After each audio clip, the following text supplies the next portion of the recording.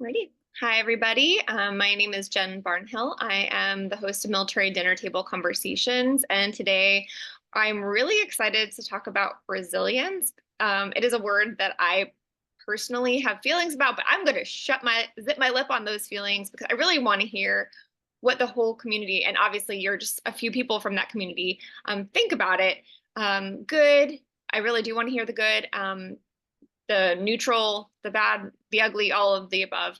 Just a reminder, we're here to listen to each other and to uplift each other. And so that's the focus of this. And it will also be used to inform the articles that I write. And of course, to help each other learn.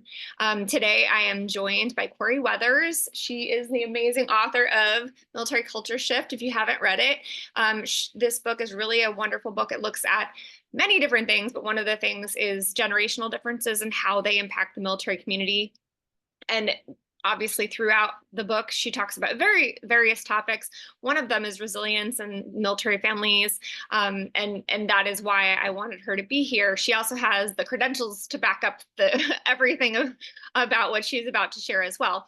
And it is important to note, I just PCS'd. So I have like paint colors on my walls. I have this computer sitting on top of my an Amazon box or a moving box. So I know you guys know what that's like. So if there's a delay in getting this summary out or anything like that, it's because I am like deep in painting and things like that. You all know. But welcome to, and I wanted to just kick that over to Corie for her to have an opportunity to introduce herself, her work, and then we'll get started with the conversation.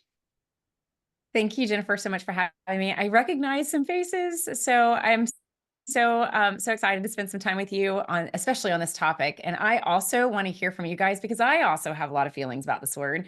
I remember one of my first memories was back in 2015, actually saying in front of an audience for the first time that I do not want to be resilient anymore. Just because, and I distinctly remember having the reaction because we had moved, I think it was to Fort Jackson, and we knew, actually we were at Fort Gordon in Augusta, and we knew the next step with that for us would be to go to Fort Jackson, only an hour and a half away. My kids were doing great in school. I had a good job, and this was really only going to be an hour and a half away. And so we had made a really interesting decision because it was his career course and it was only going to be 6 months, maybe even 5 months, that we decided, maybe we would consider kind of geo-batching for that short amount of time, just so the kids could stay stable. And then our branch came back and said, actually, we would like to stabilize you up there for a year, not 5 months, to which that now became a very difficult decision. So we made the difficult decision, not knowing if there'd be a deployment on either side, to move an hour and a half up the road, only for us to get there, get our household goods, and for them to say, actually, never mind, just 5 months. And so that was that moment that I was like, you know what? This is not something I want to be resilient about. I don't think I want to bounce back from this quickly. I've also seen bits of resiliency too from a clinical side. So by trade, I'm a mental health provider. I've been a clinician for 20 years or so, about going almost 20 years. And I've been serving, especially the military culture, for the last 16 years. And really more so lately, which, thank you, Jennifer, for mentioning the book. Really, the book came out of all these stories, all this work with helping the military community through all of the challenges. What does it mean to be resilient? What does it mean to have this post-traumatic growth or this growth mindset in our culture, but also seeing the limits of what our families can experience, and really passionate about zooming out and looking at what's the story of our culture, especially over the last 20 years, and what we've asked of families. What has been really good about that? What are the strengths that came out of that? But also, what are the limits of what we can ask humans and a whole cohort to go through before we experience those limits? And how does that manifest in the culture when we hit our limits as a community, but also as families? So I'm also going to I want to hear from you guys. I want to be a part of the conversation and try not to just word vomit all over you guys about my feelings about resilience. But thank you for being here. Thank you for having interest in this topic. Resiliency has been a word that we've used for a very long time. and that the DoD has used for a very long time. So Jennifer, thank you so much for having me. I'm excited about this conversation and the one that's going to be this evening too. Yeah. So just as Corie was referencing, we do have two calls today. One obviously is for those who are not night owls. Now that I'm finally on the East Coast, 8 p.m. does feel late because I was in Pacific time zone, but I'm really excited to hear from you guys. And one of the things I wanted to start off with that has been a really productive way to start these conversations is to ask you what made you click on this registration? What about the resilience topic made you want to join this call? Is there a particular story that comes to mind? Do you have a side that you lean more towards? What brings you here? I will just allow anyone can either, if you haven't been here before, you can either raise your virtual hand or come off mute and feel free to share.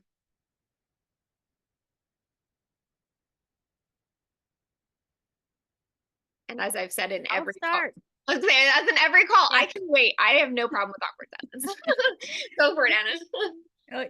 Yeah. So what brought me here today was two things. One, you and Corie, who are two of my favorite people to listen to, follow, read from, learn from, all of that kind of thing. That's one of the big ones. But also secondary to that is the word resilience, which I have this love-hate relationship with, right?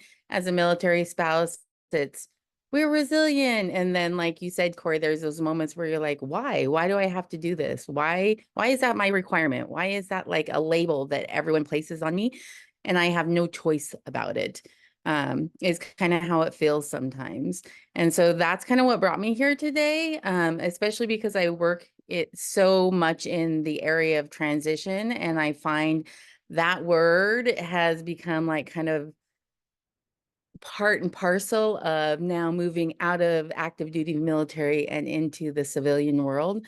That has kind of like starting to become synonymous with that as well. So I'm super curious what kind of like people's thoughts are as we discuss today, like what they really truly feel about what the word resilience means for them and how that's exhibited within, I guess, each of us uniquely individually. Anna, how would you, like, if you were to be forced to define it, how would you describe it to someone either within the military community or outside the military community? How would you just describe it? Yeah, I would say the word, for me, it's about, you just get it done. It doesn't matter what the other circumstances are, you're going to get it done. There's a strength component to it of kind of powering through, I guess, would be that strength component. And it doesn't feel optional to me. It never has felt optional to me, like a thing I could not do, right? Because at least for me, in my military experience, military life experience, there was no other options. I couldn't say, no, we're not moving in August. No, we are moving in August because they're telling us we're moving in August, right? So you just powered through no matter what else was going on, made the things happen the way they had. Determined for myself. Can I jump in, Jennifer, and ask a question on that? Is that okay? Hello? Yeah, of course. Okay. I'm getting used to these rules too. Okay. So I thought it was interesting that you just described, Anna, like the definition. And then I feel like that last part of it not being optional was there's like the definition of how we define it, but then what you described is the expectation.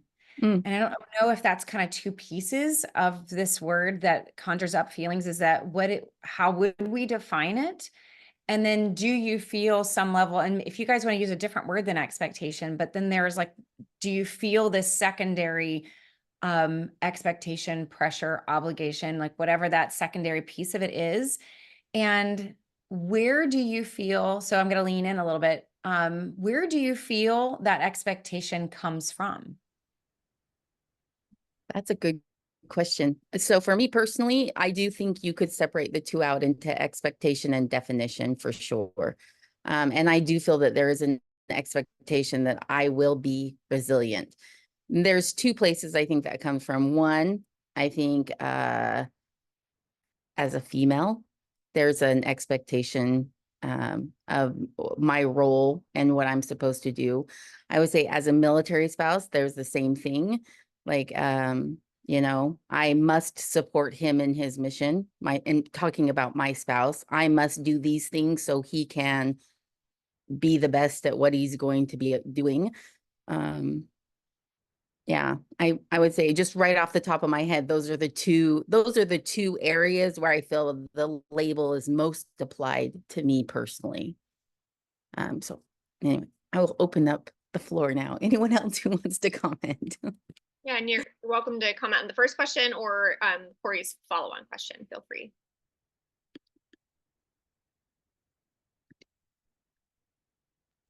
I'll dive in.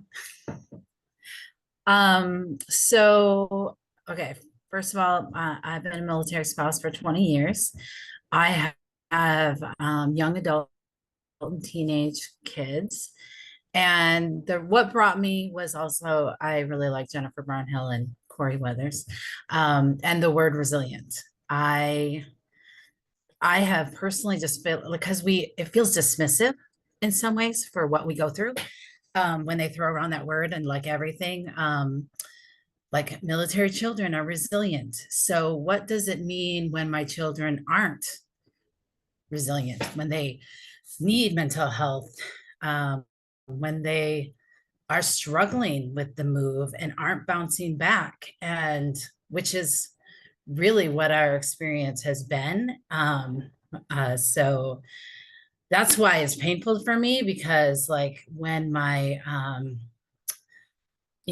so when they feel sad, when they have to move, when things are hard in this life, when their dad has to go away, or various things. And now, so my oldest is 22 and my youngest is 15. I have 5 kids, and they all still live at home, and we're still in like, so my husband's a major, and so we're still in this like moving every 1 to 2 years thing, which is just really difficult because my kids weren't ready to like go to college like most.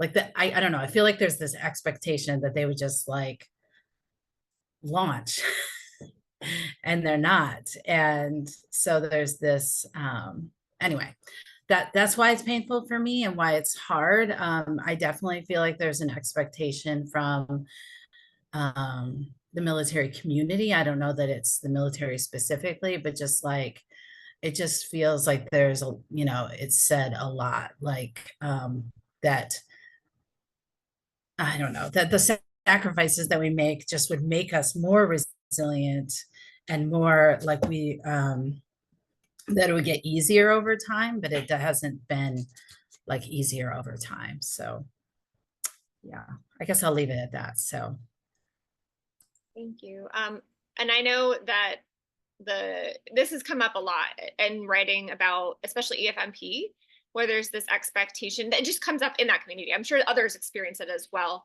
But when there is not an end in sight to something, it becomes, and I know Corie probably has studied this professionally, it's this idea, and I've written about it, is like learned dependency, or I know that there's this idea that you're going to keep going back and keep getting that shock. I know the studies are shocked animals, like the dog that keeps going back and keeps getting shocked and doesn't learn. And so it's like, well, we're expecting it to get easier at some point. And is there something about it not getting easier, or has it gotten easier for someone? Like, or is it just a different expectation? So that's a thing to think about in the air right now. But also I like the things you were sharing, both of you were sharing, talking about the messages and the expectation. I would love to dig into where people think that comes from, because I would suggest in my experience that I've never had a military leader like say, you should be resilient, right? It's not that overt. Where do you all see it coming from? What are some of the messages you've heard or perceived? Heather, you want to jump in there? I see you're off mute. Yeah, I'd love to. First off, thanks so much for having these. And Corie, it's great to finally meet you. I feel like I've known you through all kinds of posts and following you, but thanks so much for being here with us as well. So, after retiring from the Navy after 22 years, and now I'm still an Army spouse, just like you, Jennifer, we just came from the same place, transiting across the country. We just landed in Pennsylvania. So yeah, I have boxes everywhere. But it was important to me to get on here. Why? Because I want to help and learn as much as I can because it's my duty, the expectation. I put that on myself. And so I answered your question, Jennifer, where's that resilience come from? Well, from a nautical naval perspective, it's never giving up the ship. It's not in my being. It's not in my, to not be there, to be resilient, strong, be a pillar, a role model, a mentor. That never stops. I would assume it's like raising children because I don't have children. But all these male kiddos that are running around that I've been stationed with over the last 6 transfers, I feel an obligation to be for my male kiddos. There's a family I was born to, and there's a family I was sworn into. And I take it seriously. So the resilience, regardless of the word and what it is to you, I take that word and probably mesh it with others just to prove to myself, prove to the community around me, the military community around me, that the expectation on myself is I'm not giving up. I'm going to do as much as I can for. We just had our change of command. I feel like I need to take a breather, but no, there's really no time for a breather. Am I going to enjoy a year before I send my husband off to his 6th deployment for a year in Jordan? Yes, I'm going to do that. And I want to remain a viable, impactful, a pillar of strength for the Blue Star community here in Pennsylvania. That's just because that's what I intend to do. But I think going back to the word and the expectation of the word is it's in the human condition to want to prove to yourself and to others that you can do this, that you can push through, that you have this wonderful, robust community around you, that if you need help, it's there. Veterans supporting veterans, military spouses supporting military spouses. We have too many resources now. Back in '88, when I joined the Navy and was coming, we didn't have these resources. I'm so inspired. Do we have a ways to go? Sure. But I am overwhelmed with the resources and the community we have right now. And I'm embracing it. Awesome. Thanks for sharing, Heather. I appreciate it. I want to put a pin in this question because I would love for Corie to talk about, because you mentioned like that you joined in '88. In Corie's book, she really focuses on the different perceptions of generation, but I want to give Chris a chance to respond. So I would love, Corie, after Chris shares, I'd love to hear your thoughts about how you might have seen different generations react to this word and how they embrace it based upon their identities from your book. But Chris, would you feel free to unmute and share?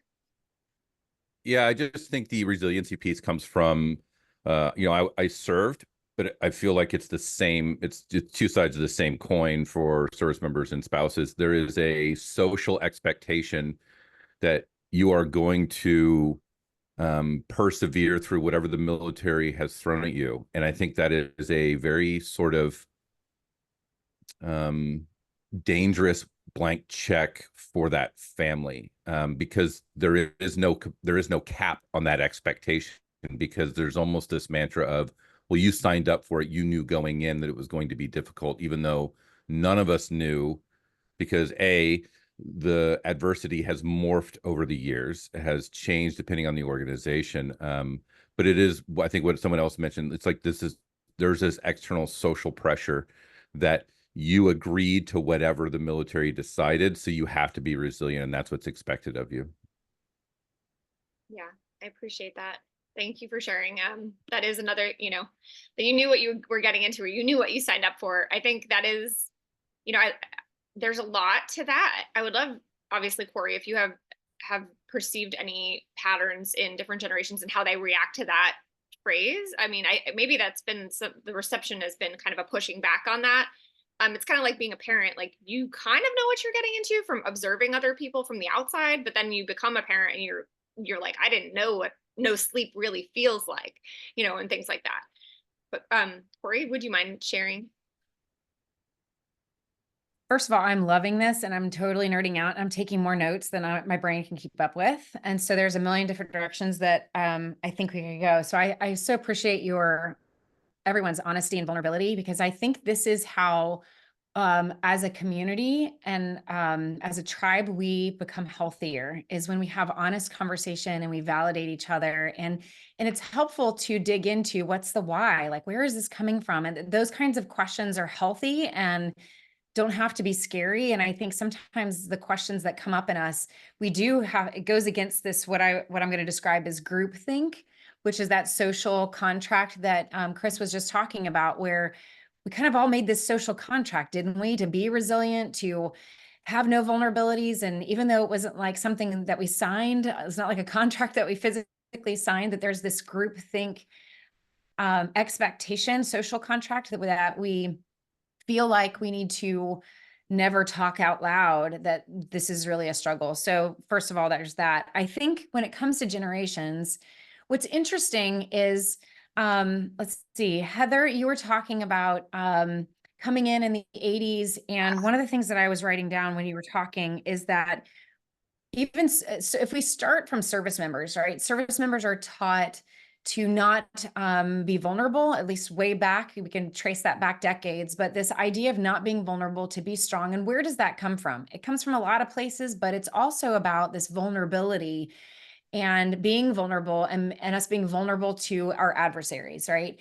And so I think especially as we went through the 2 decades of war that we just came out of, where there was so much going online, I think going all the way back to World War I, World War II, we see, loose slips sink ships, right? So let's not show our vulnerabilities. Let's not let the enemy see that we're not a united front. So there's always been this, be protective of what it is that we're trying to serve here and show no cracks, because the adversary is watching. And that's always been in our history as being in the community and serving the country.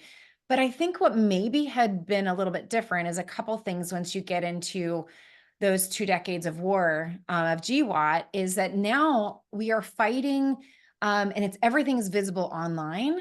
And so now it's not just being at home where you can break down with your neighbors and you can whatever. There's all this stuff that's going on online. And so now we can't be vulnerable in our community, but we also can't be vulnerable with our friends and family members online, and we can't complain in our, where does our society take our voices when we're frustrated? And you got what the American culture might feel like they can do when they're frustrated, but then you got the military who doesn't feel like they have the safety to do that. And so all these things start to evolve, not to mention, and this is where that book, my book, Military Culture Shift, really expands on all these variables and understanding how these variables really come into play and impact each other, is that on top of all of that, GWAT, which is still ongoing, GWAT is the longest war in American history at the pace that we went with the operations tempo that we had. None of us had experienced that before. And so really what I saw is this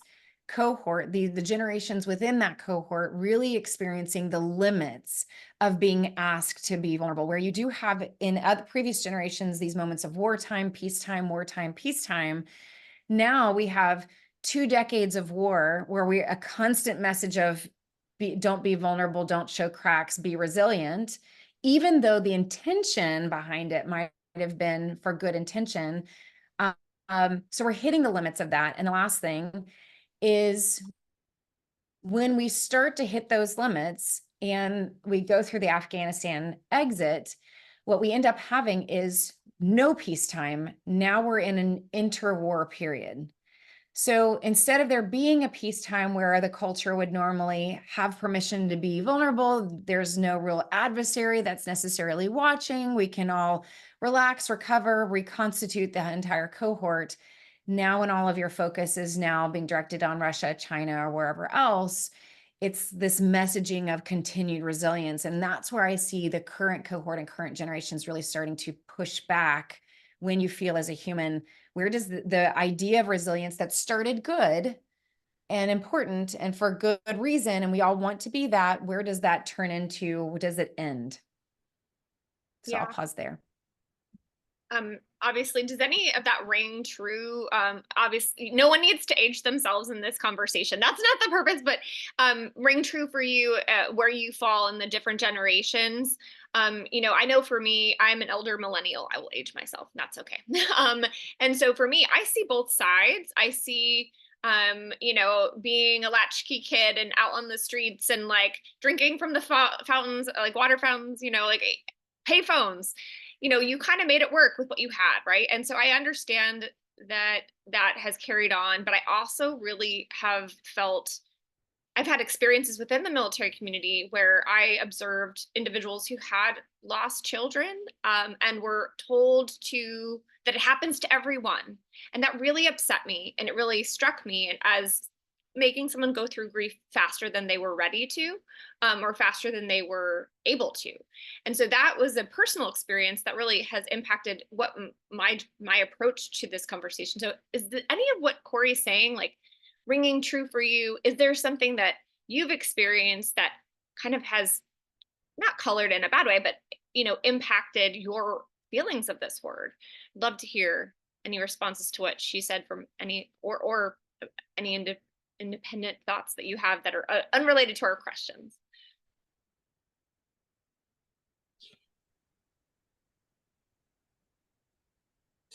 I can totally relate. I'm Angela Literal. I'm a Navy spouse for 24 years.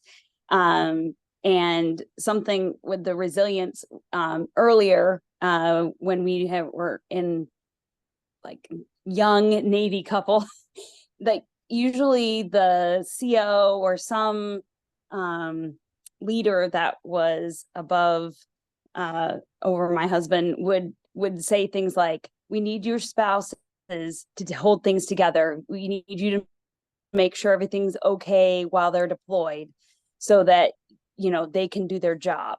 And they would reiterate that over and over again. I don't see that so much anymore. If anything, what I'm seeing is a lack of like, what are we doing to help you through these hard times? And your last question that you just posted up there is like, when you are going through continual deployments, moves, health crises, things with other family members, I get caught in this loop and I don't feel resilient anymore. And you feel like you're kind of shutting down at that point. But if, like you were saying, Corie, when there is a reprieve in between deployments or moves, I feel like my resilience gets built back up. And but the continual loop, and we went through a series of years like that, where my husband was deploying to the Afghanistan, and we were moving every year to 18 months, and I had small children, and it was tough. But definitely, feel like we're in a better place at the moment, and stronger, and I don't necessarily think that resiliency is a bad word, but I do think it gets way overused in our community, and there is a strong expectation still, especially for those who probably 30 plus are feeling like, which I'm well above that, but that is an expectation on us on a daily basis. Thank you for sharing, Angela. Chris, I saw your hand go up first, but then after that, Jennifer. Go ahead, Jennifer. I got a little bit, so I want you to go first if possible. Can y'all hear me? I never know if my AirPods are working appropriately the way they're supposed to. I feel I get a lot of pressure actually from because we've had 2 prime remote positions, and I've kind of learned that, or at least from my experiences, like some civilians, they just don't want to hear anything like, oh, you're in the military, oh, things aren't going great, like I don't want to hear it kind of situation. I would say that like that start of that actually happened before I was even a military spouse, before I had even met my husband. In my senior year of college, one of my really good childhood friends, her boyfriend, who we all went to high school together, was killed in Iraq. And it kind of rocked like our community back home. And I remember emailing like my professors and saying, hey, I have to be gone for the week. And it was like, there was very little like sympathy for what like we were all going through. And then I kind of looking back now, and because of that, like I told a couple people, hey, this is why I have to leave. And I know people like knew, and I went to a small college, but I remember coming back and not many people being like, hey, are you okay? And it was because I think it was just they were so far displaced from the military. It was like, well, I don't really want to talk about it and find out if you're okay or whatever and how you're feeling. So I remember coming back from this funeral, and there was like, if you've been in a sorority or a fraternity or whatever, or anything like that, like they have like these sort of like philanthropy weeks. And I remember being at like a party or something and thinking and looking around and being like, some of these people have absolutely no idea what's going on in the real world. And I know that's sort of rude, but it was definitely a huge reality check for myself, thinking like I need to be grateful for what I have. And but still nobody like really wanted to talk about like, why was Jennifer gone for the week?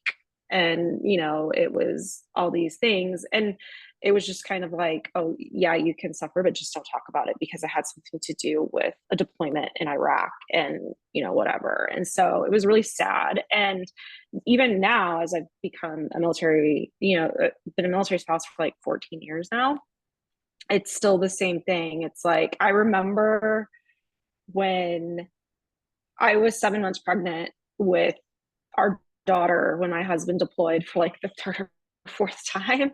And it was a high risk pregnancy, and there was a chance that we could lose the baby at any point. So he was kind of like, okay, I'll listen for a Red Cross message, and it was still kind of, I didn't tell anybody because that I was pregnant and that he was deploying, because I didn't want to have to deal with people not, well, what do you mean he's deploying? Like, doesn't the Army know you're pregnant? Like I heard that a few times, and I'm like, yeah, they don't care. So I get a lot of like, yeah, that's great that your spouse is in the military and thank you for his service, but like, I don't, like, let's not talk about like what's really going on with your job, so I get a lot of, and I think that's sort of like where I come from, where I get really tired of the word resilient, or kids are so resilient. How? Their frontal lobes don't, like, our brains don't fully develop until our mid-20s. Like, I don't, whatever. And so I think that's sort of where I get a little when it comes to resiliency. And so, yeah. Anyways, I'll stop there. Chris, did you want to share? Yeah, so obviously I've been thinking on this subject for years, right? And thankfully from conversations with Jennifer and Corie, I've developed like a clear understanding of some of these things.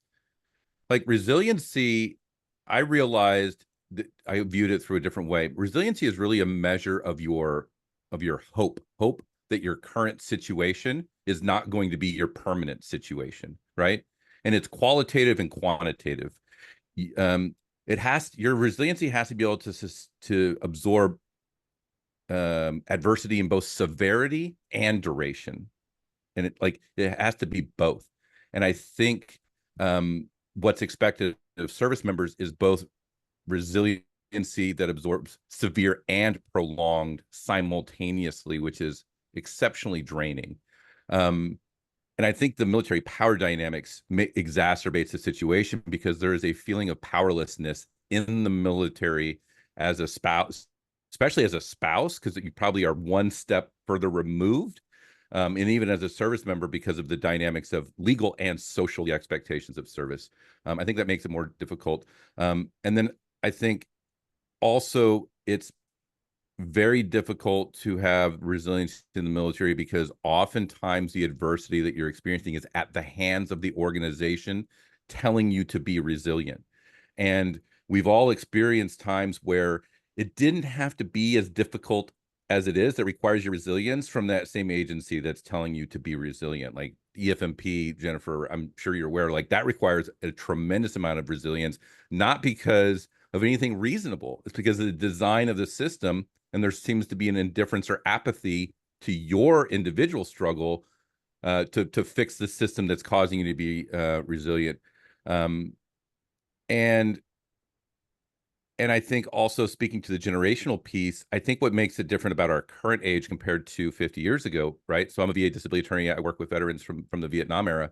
When they were currently serving, there was not widespread information availability for the global service member experience, right? They had their platoon, and a lot of it was just bringing information from their hometowns and things.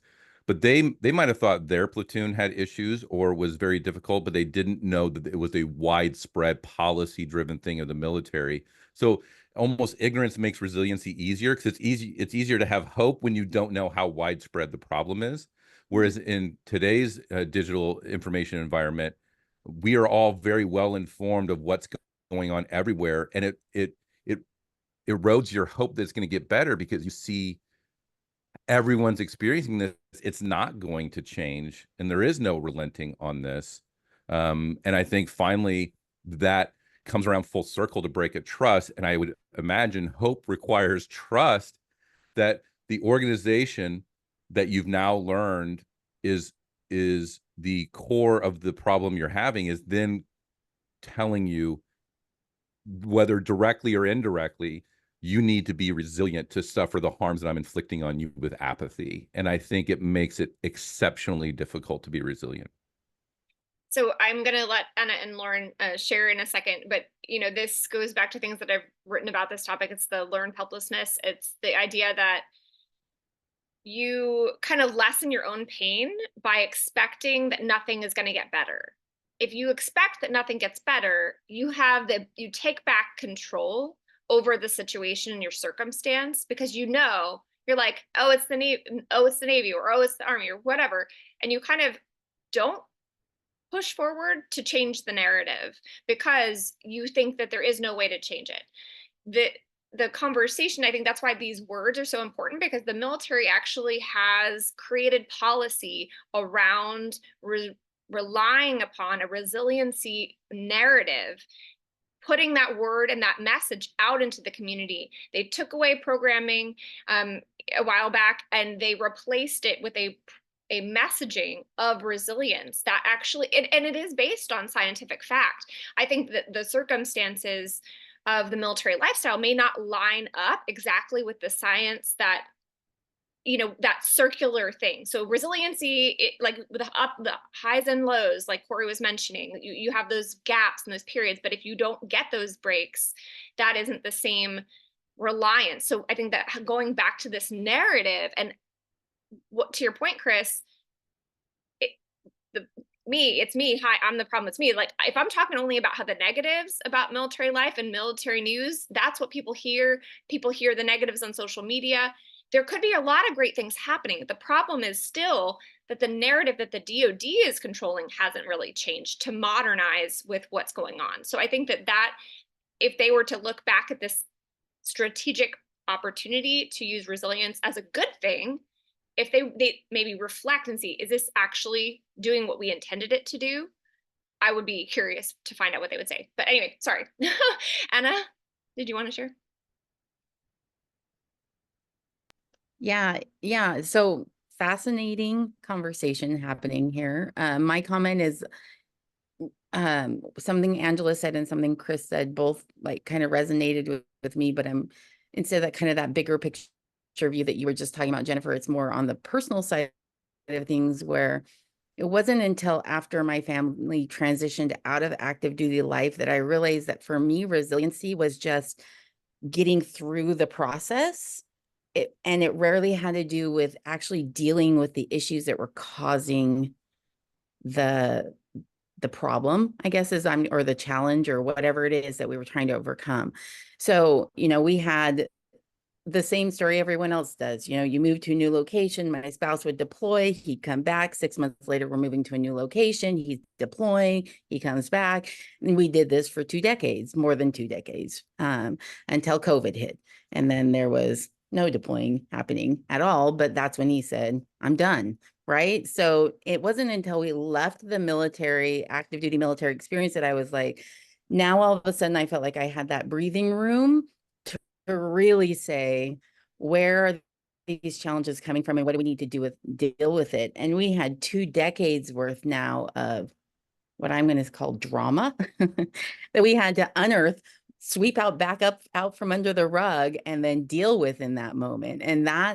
So when I look back and think, was I really resilient? Right? Like, in terms of like what I think of that word, the answer is yes, in the sense that I made it through. But I do find it interesting, like this conversation about like the narrative and what does that actually look like, being resilient? Is it just making it through, but not actually dealing with the challenges? Is it solving the problem? Is it, anyway, that's kind of where this has brought my mind is spinning, because again, when you work with these transitioning families as they're leaving, they have huge piles of unspoken trauma, drama, family relationships, things that they have never dealt with, because there just never is time. There's never time when you're active duty. When you're deploying, that's not the right time to talk about, this terrible thing that you're feeling right now. Anyway, that's just where my thoughts went with that. I'll go ahead and pass it on to Lauren.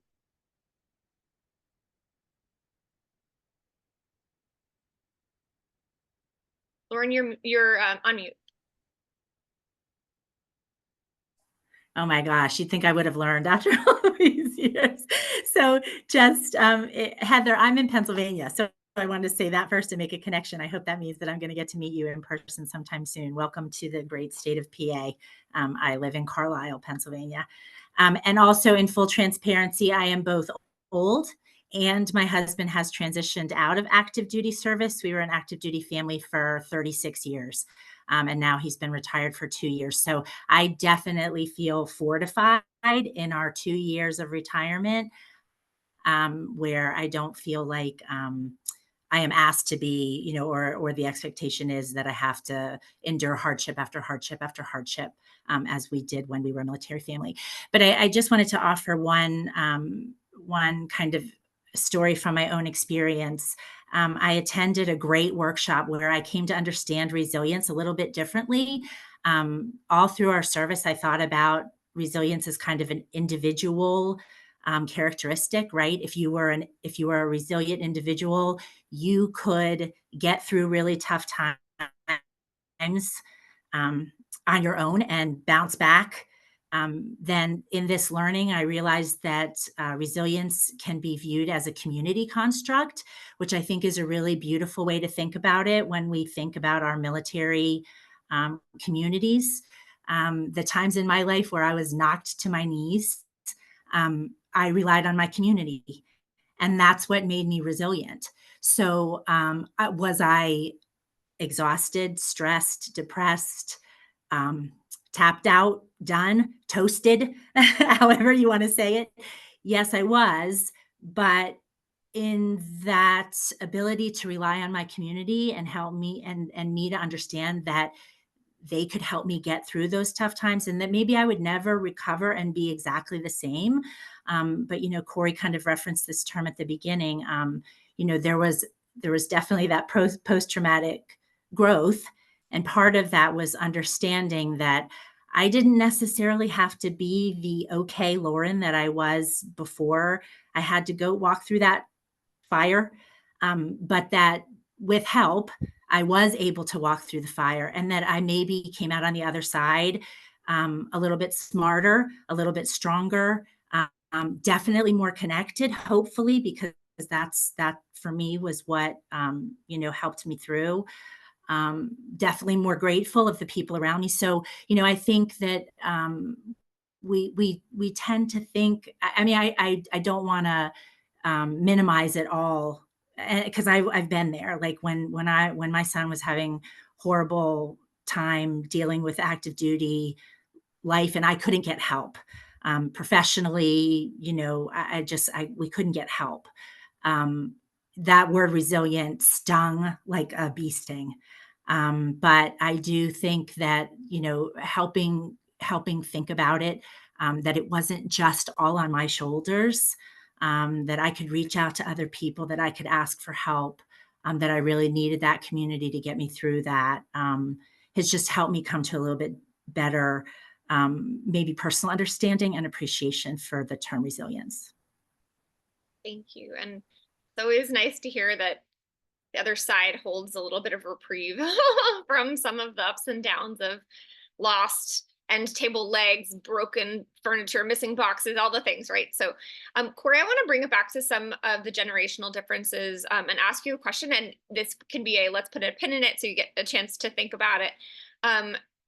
You know, I know people have shared with me when I've done interviews, they go through some hardship, you know, fill in the blanks of what type.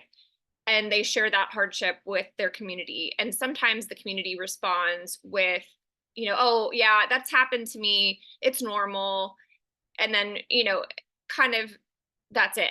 And what is obviously the impact of something like that? That is up to person's individual emotional intelligence to know how to respond to someone going through this, of course, and we can't like generalize. But is there a narrative that you hear of that response to hardship that maybe isn't opening the door for that community? Like, what is preventing that community from showing up and being that supportive? Is there anything that's showing up? Is it just something we're thinking is happening? You know, I think there are people who do step up and take care of each other, but at the same time, we're still having a conversation. So, you know, have you noticed anything in your research and talking with people? I think what I hear you asking is the difference between when the community shows up for you and, like Lauren is saying, helps you be more resilient through that, versus the messages and the behaviors or the dynamics in the community where the community can also be minimizing, or is that what I'm hearing you say, where they can also be unhelpful, or not supportive? And that is, I mean, of course, when the more people you have together, either in a room or in a whole culture, the more varied of responses we're going to have, and tie that into our own individual stories of our comfort level with suffering, our approach to suffering, our belief in whether or not it should be community, something we share in community versus you should share, you know, deal with that on your own, or you're making my life more complicated, or there's so many varied responses.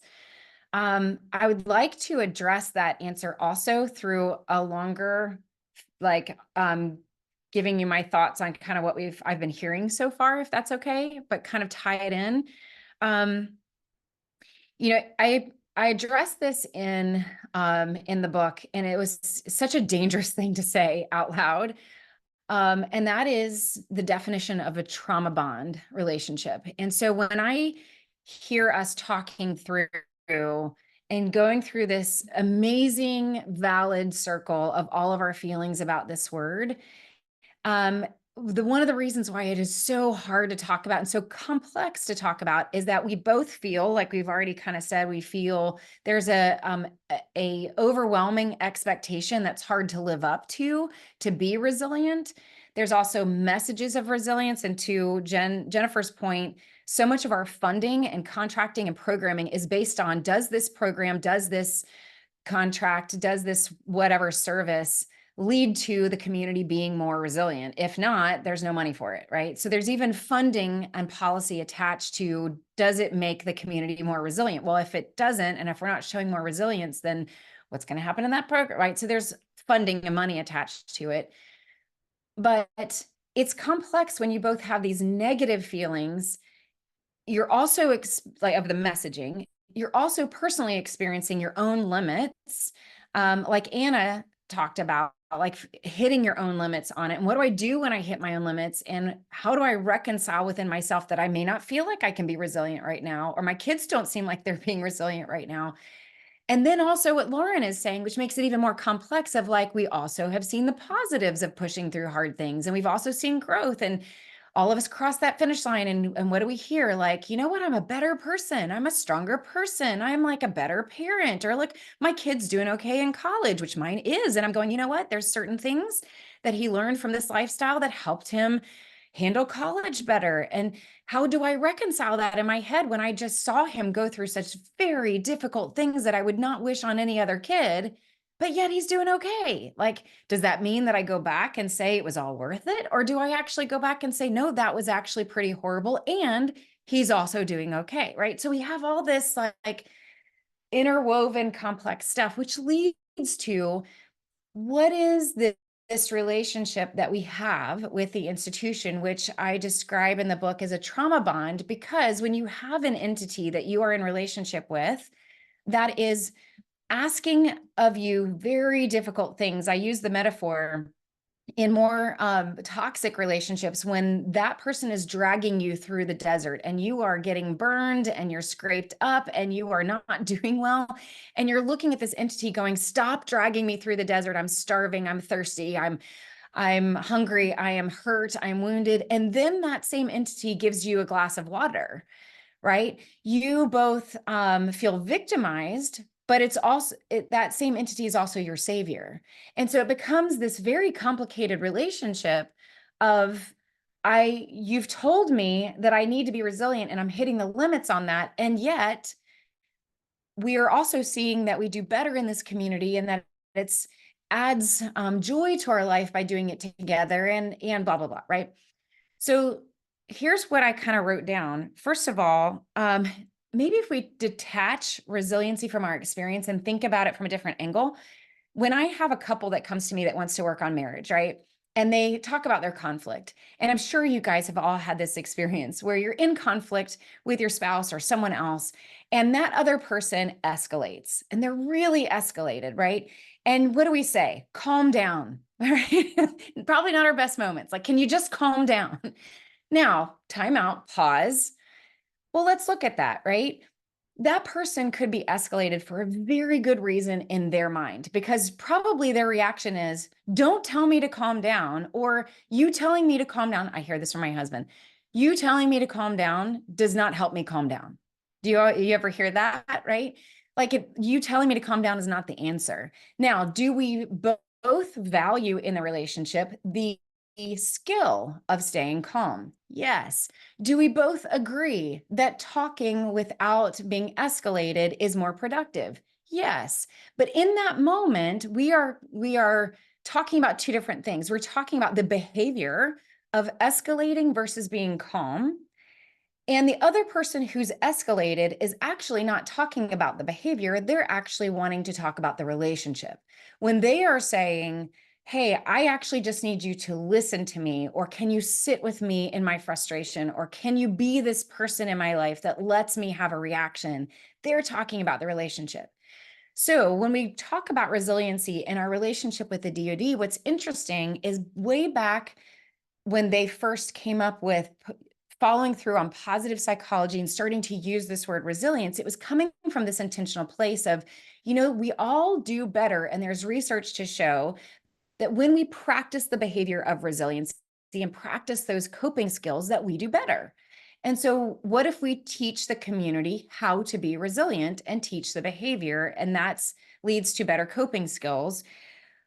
But that is a conversation about the skill of resilience versus what I think has become a relational conversation from the community of, we all value the skill and the behavior and the action of being resilient. And we also value that doing it with community is even better. But I think what the deeper question here is, the community is going, hey, I actually want to talk about the relationship and whether or not I have feelings about you telling me to calm down, or whether I want to have a conversation about what's leading me to feel this way, where I don't know if I can sustain being resilient. And so now we're asking the question, or maybe I'm posting this question to you, is maybe is this more so about our conflict with the institution about their expectations of us to be resilient, and whether or not we can have that kind of relationship with an institution, because it is not a person. So I know I just maybe made this far more complex, but hopefully that makes a little bit of sense, and I would love to know your thoughts. And I have a lot of thoughts, of course, but I would love to hear from anyone else. And I know we're approaching the end of the hour. Does anyone have any thoughts about that before we close? And then we can always stay on a touch longer to give everyone opportunity to share.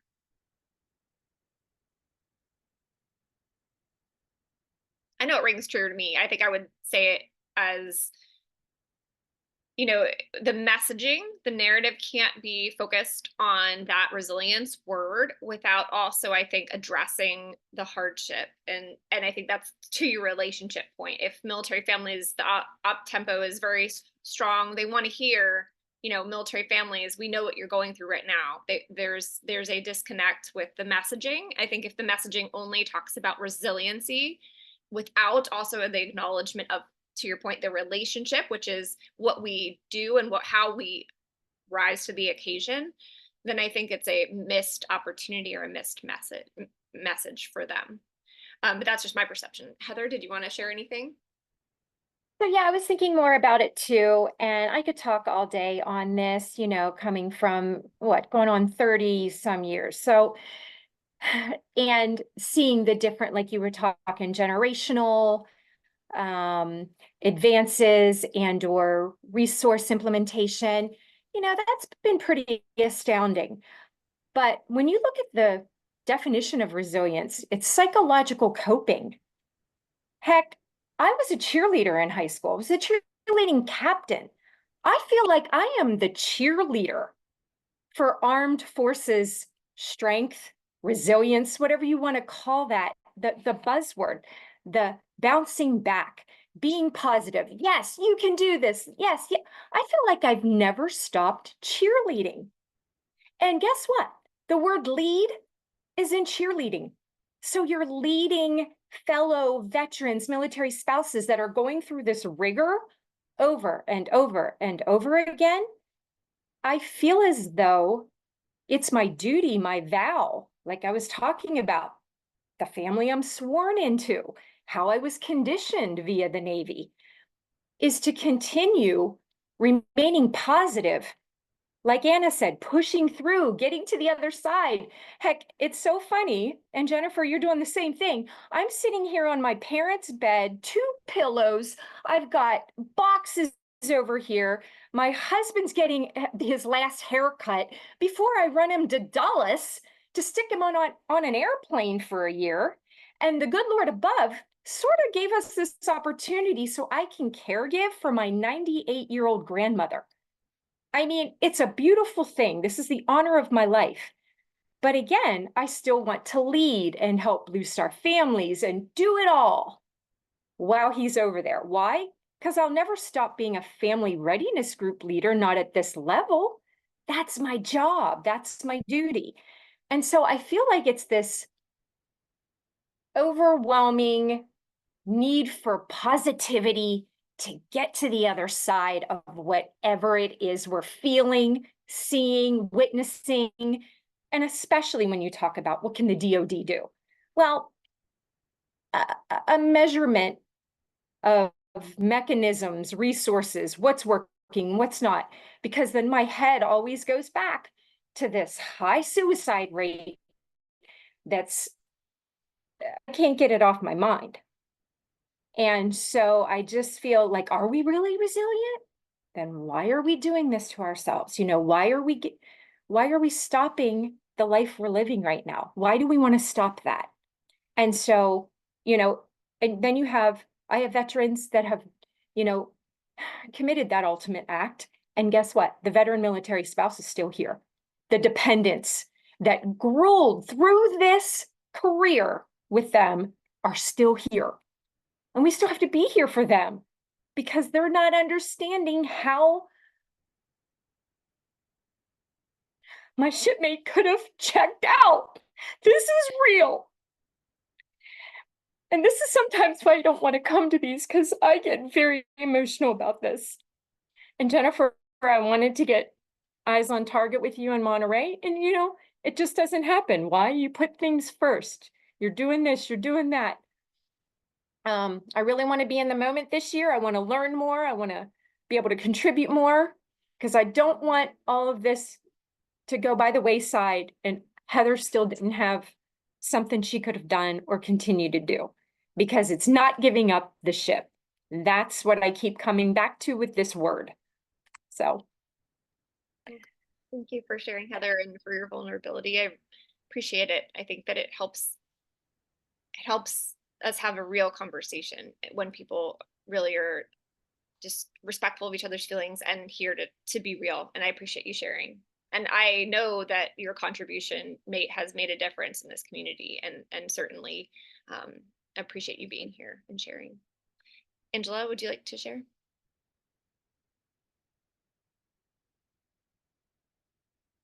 I think you're muted still. Sorry. Okay. Oh my goodness, Heather, thank you so much for sharing. And I think that, suicide rates within the military are something that is close to a lot of our hearts when we see this happen, unfortunately, almost on a daily basis. It is heart-wrenching. So thank you for sharing about that, because that does play into the resiliency. What you were saying, Corie, about just being told to be resilient, I think something from the DoD and from military leaders is stating like, this is going to be a really hard deployment. This is what we went through. This is like, some places have been hit by hurricanes, and like acknowledging the hardships of the PCS. I read something yesterday about, as military spouses, we don't often talk about the grieving that we do through each PCS. And that's so true often, that we just, okay, well, we got a checklist and we got to, get everything done and get the kids enrolled in school, find a job, do all of this, and find the new hairdresser, the new dentist, new doctors, and get everyone connected. And we don't take time to grieve. And I really liked what Lauren had to say about community. For me, community is key for resiliency. Whether you are currently going through a tough situation or not, having that safety net is like what I call it, of not only people from your command, from your neighborhood, knowing what your resources are in your area before you have a crisis. I'm currently volunteering with Navy Marine Corps Relief Society. And so I see people in panic mode over finances on a daily basis. And so I always reassure them that they're in the right place to get to where they want to be financially. And then connect them with other resources. Because I was like, if you know where these resources are and you know how to find them when you are facing the crisis, you're like, wait, I know where to turn. I know where to go get counseling. I know where to get financial help. I know who I can look to advocate for me and my family as an EFFP family, if that's your case. Like knowing where those are ahead of time. And I feel pretty strongly that if you can, I would say even at the command or even squadron or even lower level, if you can get those resources into people's hands, make them familiar, make them comfortable, and then just talking. Like I had a group of spouses over last month and we got talking, and this one had an upcoming move. Her husband was deployed with a part of our unit, and this is their 4th duty station. They have no children. And she said, yeah, I'm just going to have to like rent a U-Haul for a week and just, haul it all over there. And I looked at her, I said, no, we're coming around you. We're going to help you move. She's like, oh, no one's ever done that for me. I'm like, no, you are not moving by yourself. So we got a group from the command together. We went over, we helped her move and get into our new place. And she said, I've never experienced this. And part of the thing, I when we're telling people to be resilient, they're not seeing the safety net that is wrapped around them. And I've tried to be that for other people. because I've had some of that in my life, and other times when I've not had that safety net for me to fall into, I was a crumbled mess on the floor, and I was like, but I have this fierce independent spirit, but I'm not going to let this destroy me. And I'm going to use this because I don't want anyone else to ever feel the way I'm feeling right now. And so I just, is part of what resiliency looks like as support from the DoD. I feel like there needs to be this widespread knowledge of, we come together, we help each other, there are resources, and we acknowledge that sometimes this life sucks and that's okay. And we can move forward. And maybe this is a career thing for your family. That's the other thing. Or maybe it's not. A lot of younger families I'm talking to now, they're like, I can't keep doing this. I'm done. We're done our 5-6 years. We're done. And I'm like, that's okay. You have given to your country. You have served well. And that's okay if you walk away, where some people don't react that way. But if there's something I can do or say or to help you, feel like you want to serve or have a purpose here, then, let's talk. So, and that's part of mentoring, which is a whole nother thing, but so sorry, I'll stop. Thank you so much for sharing. I want to make sure to get to everyone who has their hands raised before we give Corie an opportunity to share again, and then we can always end the recording and stay on for a little longer for those who want to continue talking. But Jennifer, you were next, and then Anna. Sorry, I'm making my son lunch. So anyways, so I have my camera off. I know like a lot of people know that we're an EFMP family. We have 3 medically complex children. So I know like when the DoD and stuff talks about resilience and, all these things that spouses do, I feel like that they take a lot of credit for like what we do. And, it's like, oh, it's because of us and our programming. And it's like, no, I'm resilient and stubborn and determined because you have made me to be that way, because your programs do not work. They are not effective. They are not supportive to, families like mine. And in all honesty, like I know we have a lot of buzzwords going around about retention, recruitment, and stuff like that. It's like if you really truly want the retention rates or recruitment rates to go up, then follow through with what you're doing and stop putting up a front that these programs are working or whatever. And because they're like a lot of stuff that I know, like with the nonprofit that I work with, like we're doing a lot of like the DoD or EFMP's jobs on a daily basis with helping families. And it's hard. Like, I mean, I cleared us like from my husband is at Army Futures Command in Austin. I finally figured out what they do. By the way, if you guys have ever heard me talk about Army Futures Command, it's me saying I have no idea what they do. I finally figured it out. But I cleared us to come here. Not HRC, not Big Army, not EFMP, because we don't have an EFMP person here at AFC. But I was asked, like, by my husband's, like, whoever it is, hey, ask your wife if y'all can go to Austin, and it's interesting.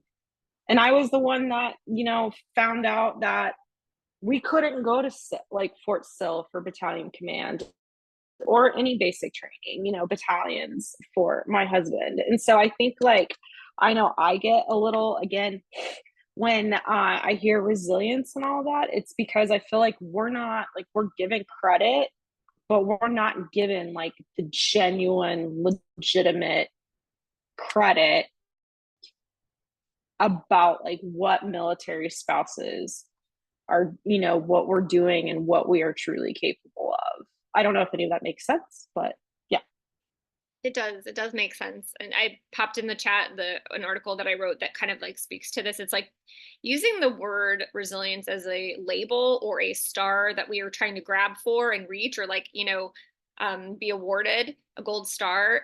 That takes it away from the positive. There is so many positive things about resiliency that I think if we stop messaging it incorrectly, it can be what it was intended to be. And so I think that that's what I'm hearing through this. And of course, Corie, I'm going to give you the last word, but I'm going to let Anna talk first, and then I'd love to hear what you think.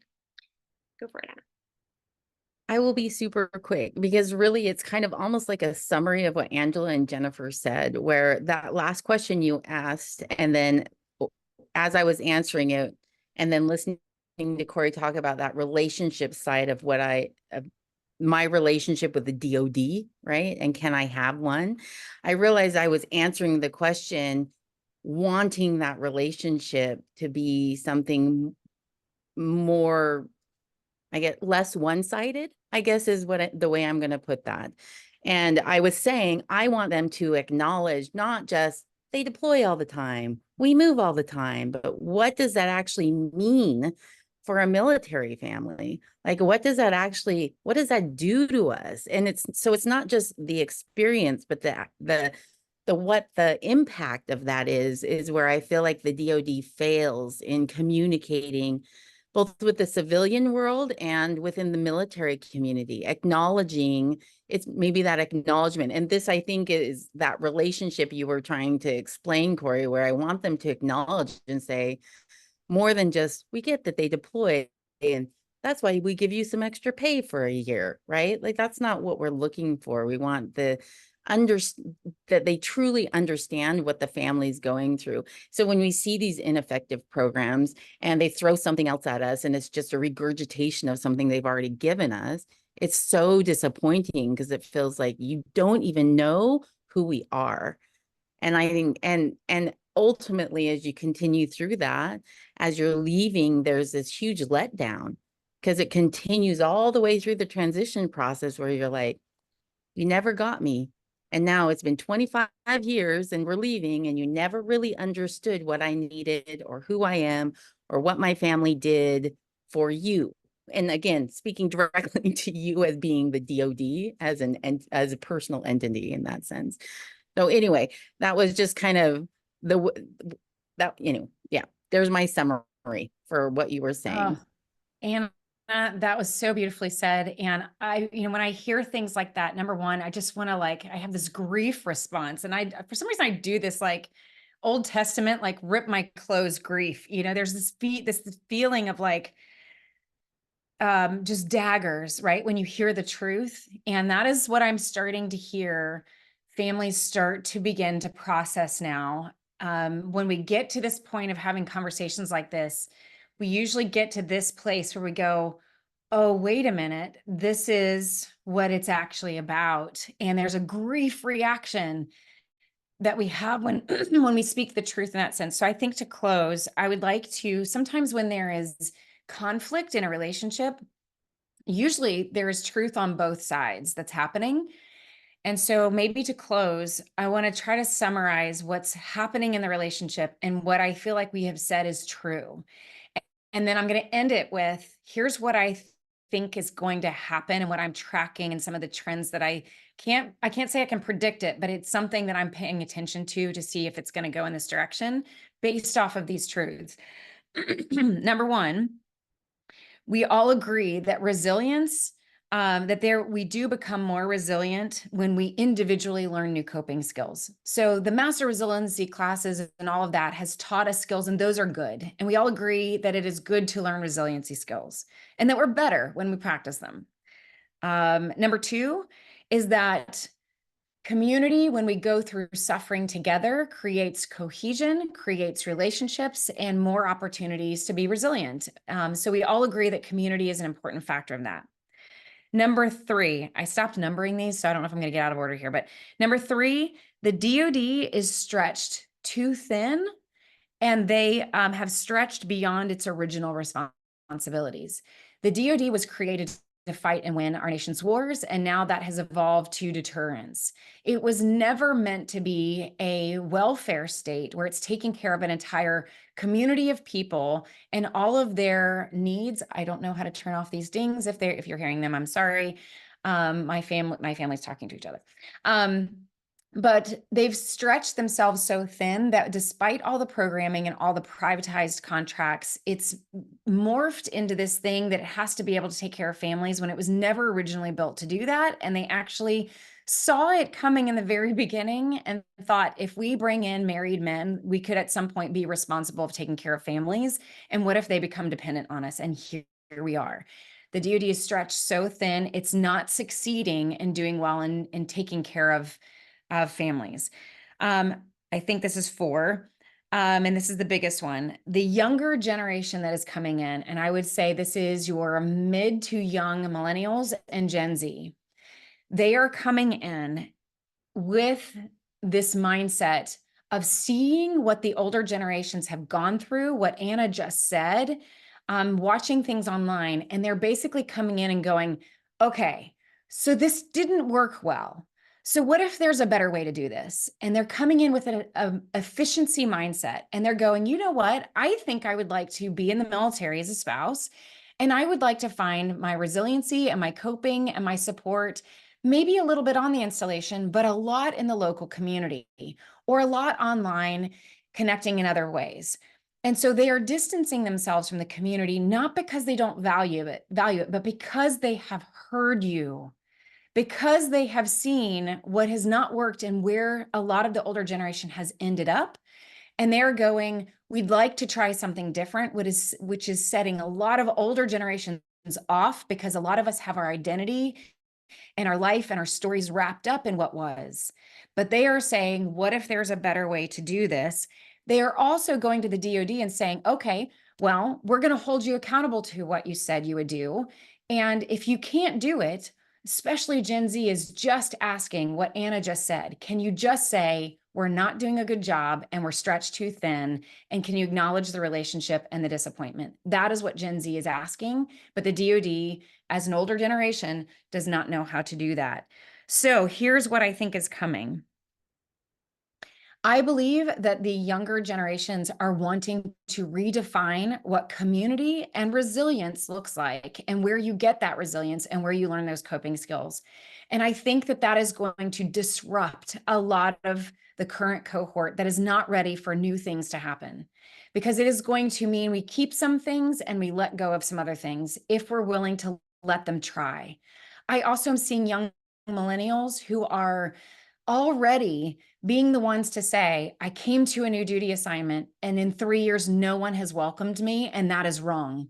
So I'm going to step in and be somebody that welcomes those coming in. So we're already seeing younger millennials step in new ways and value the community. So I don't think that if we let them try new things, that everything is going to fall apart. I think that they're going to revamp and make something healthy, or try to make something healthy out of what we just went through, if we're willing to trust the process. And the last thing is, I think that they are seeing and saying out loud that it is one-sided. And as they are saying it, we are going to, those of us who have that grief response when they say it or want to do something different, are going to have to go through the process and go through the grief response. And we are going to have to deal with it within ourselves and the response that comes up in ourselves. If we don't, we will sabotage what I think the next generation wants to do. If we only jump in out of our own grief and what it says about what we just went through by talking them out of it and making them do the things that we've always done, we are going to sabotage what could happen next. So we have to lean in with curiosity and let those who have a lot of energy and are not burned out ask good questions, ask hard questions, and then try something new, knowing that they're probably not going to throw the baby out with the bathwater, which is a Gen X statement that they do not understand. So I'm going to stop there. Hopefully that's a whole other talk for us to have.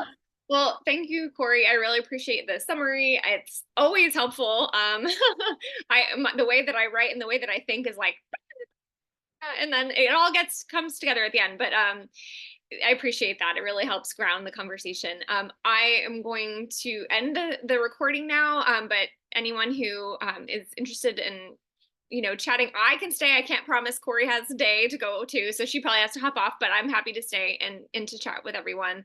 But thank you guys for coming. I really enjoyed this conversation, and I'm excited to have the one later tonight. And so feel free to share with anyone who might want to join.